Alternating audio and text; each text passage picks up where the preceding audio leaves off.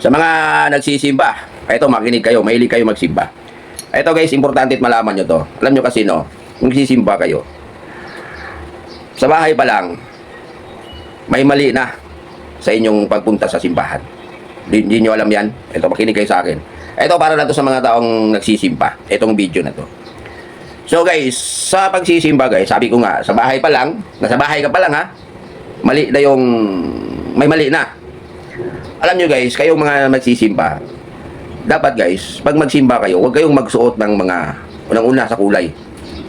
Isa sa mga kulay guys na dapat pagka pumunta kayo sa simbahan, o di kayo humarap kayo sa harapan ng ating Panginoon, dapat ang damit nyo, no, ay yung kulay na paboritong kulor ng ating Panginoon.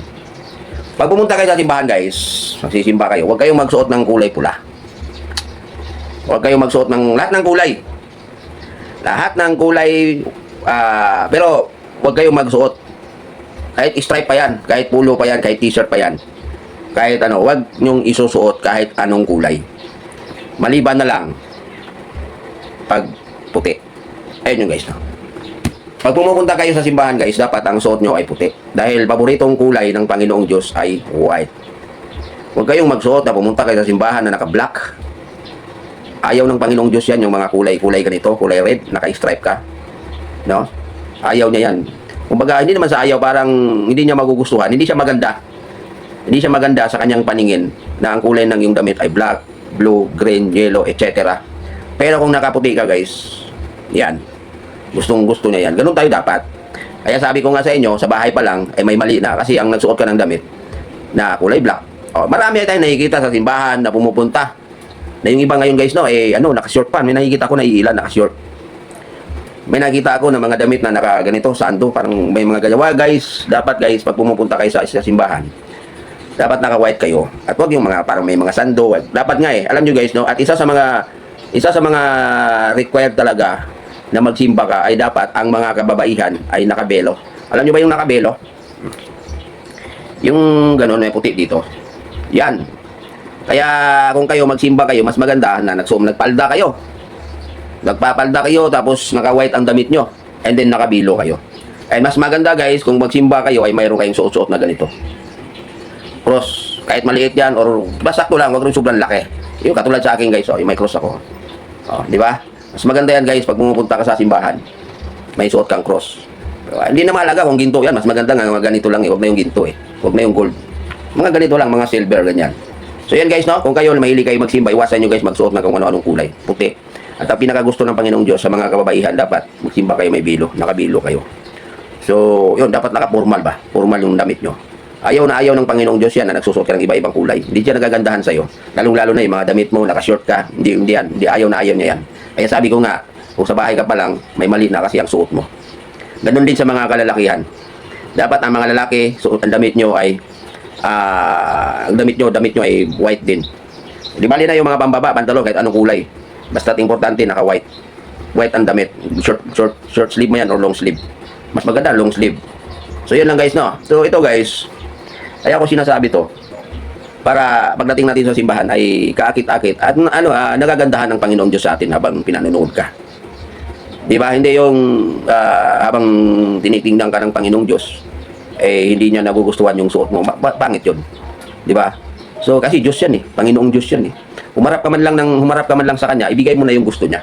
So, ano ba yung gusto niya? Dapat ang mga kababaihan, nakaputi ka ng damit, and then nakabilo ka. Ganun din sa mga kalalakihan. Pumunta ka man lang sa Kanya, harap ka man lang sa Kanya, isuot mo na yung gusto niya kulay. Naka-white ka, or naka-long sleeve ka, na white. And then, of course, may cross tayo. May cross tayo, guys. Yan talaga ang pinaka-dabis dyan. May mabibili tayong mga ganito. Ito, binili ko lang to sa Shopee. Gano'n ba bili ko nito? Mayroon kang mabibili nito, 200. Kahit anong, mayroon mga 100 Kahit anong kwintas yan, basta importante may cross ka. Yan. So, yan guys, no? Kayo, alam ko maraming hindi naniniwala sa sinasabi ko. Bakit kailangan maka-white? Bakit kailangan mga ganito?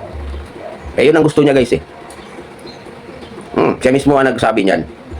Sinabi niya yan na dapat ang mga kababaihan, kahit bata pa yan, dapat ang mga kababaihan pag nagsimba, dapat nakabilo and then naka-white yung t-shirt. Mas maganda kung may cross ka na suot. Ito. Ayun yun guys. Ngayon tanongin nyo sa akin kung saan ko nakuha yan, source na yan.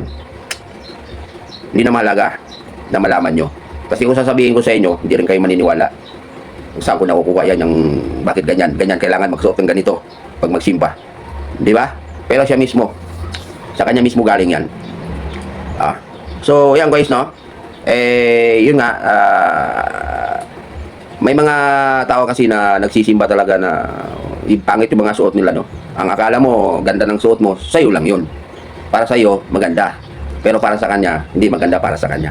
Kung gusto mo maging mukha kang maganda, mukha kang gwapo sa paningin ng ating Panginoong Diyos, pagkaharap mo siya, magsuot ka ng damit. Sa mga kababaihan, huwag kayo magpantalon, mas maigi, magpalda kayo. Huwag yung palda naman maiksi. Yung mahaba-haba hanggang tuhod, ganyan. O lampas tuhod, and then magbelo kayo. Not bad. Sa isang linggo, isang bisis ka lang magsuot ng ganyan. And then sa mga next pag punta ka sa mga kung ano saan punta mo, wala problema doon kahit ano isusuot mo. Sa simbahan lang, pag nagsimba ka, huwag kang magsuot ng ganun. Huwag kang, mas maganda sa mga kalalakihan, plain white, walang marka, wala siya kung ano-anong nakaprint yan. Mas maganda plain white na t-shirt. O di kaya'y polo shirt. Huwag mo nang haluan na kung ano-anong kulay. Solid white lang siya. Ganon din sa mga kababaihan. Sa sapatos, kayo nang bahala kung anong kulay sa sapatos. Mas maganda, white din kasi ang gusto niya talaga white eh. Yun ang ano niya ngayon guys, no? Nagagandahan siya pag ganyan ang suot mo pag pumupunta ka sa simbahan. Nagagandahan siya talaga sa iyo, no? Kasi kung ibang kulay kasi, lalong-lalo na pag itim. Di ba? May mga simbolo kasi yan guys, yung kulay-kulay na yan. Kaya napakahalaga sa kanya, no, na nagagandahan talaga siya pag white ang suot mo. Ganun yan guys. So, yan guys, no? Hindi ko kayo pinipilit na gagawin nyo yan. Kung pag magpunta kayo, ganyan ang isusuot nyo. Hindi ko kayo pinipilit. Pero ang pinapayo ko lang, ang sinasabi ko lang dito is nagagandahan siya sa inyo pag pumupunta kayo sa simbahan na naka-white kayo. Kahit yung mga anak nyo, may kasama kayong mga anak. Diba? Dapat ang isusuot nyo sa kanya, ganun din. White din. Di ba? Huwag yung, di ba? Yun ang ano dyan guys. No? Yun ang pinaka masasabi ko dyan. Galing mismo sa kanya yan guys. Nire-required na talaga na dapat pag nagsimba tayo, dapat yan ang isusuot natin. And then, yun nga, importante din sa kanya guys, nakabilo. Nakabilo ka pag nagsimba ka. So yan guys, no? Sana, next time, pag pumupunta kayo sa simbahan, dapat sa bahay pa lang ay tama na. Tama na yung sinuot nyo, pag alis nyo pa lang sa bahay. Kung wala kang damit na wala kang damit na kulay white, mas maigi, bumili ka na ngayon. Kahit mga mumurahin lang, no? Importante, pag humarap ka sa kanya guys, nakaputi ang damit mo. No? So, di mahalaga yun kung, tawag dyan. Hindi ko kayo pinipilit na maniwala kayo sa aking sinasabi, pero yun ang gusto niya. Naka-white tayo, lahat. And then sa mga kababaihan, nakabelo. So, shout out sa mga taong naniniwala sa sinasabi ko. Yung mga taong mahilig magsimba. And take note guys, no? Hindi lahat ng simbahan ay nandyan ang ating Panginoon.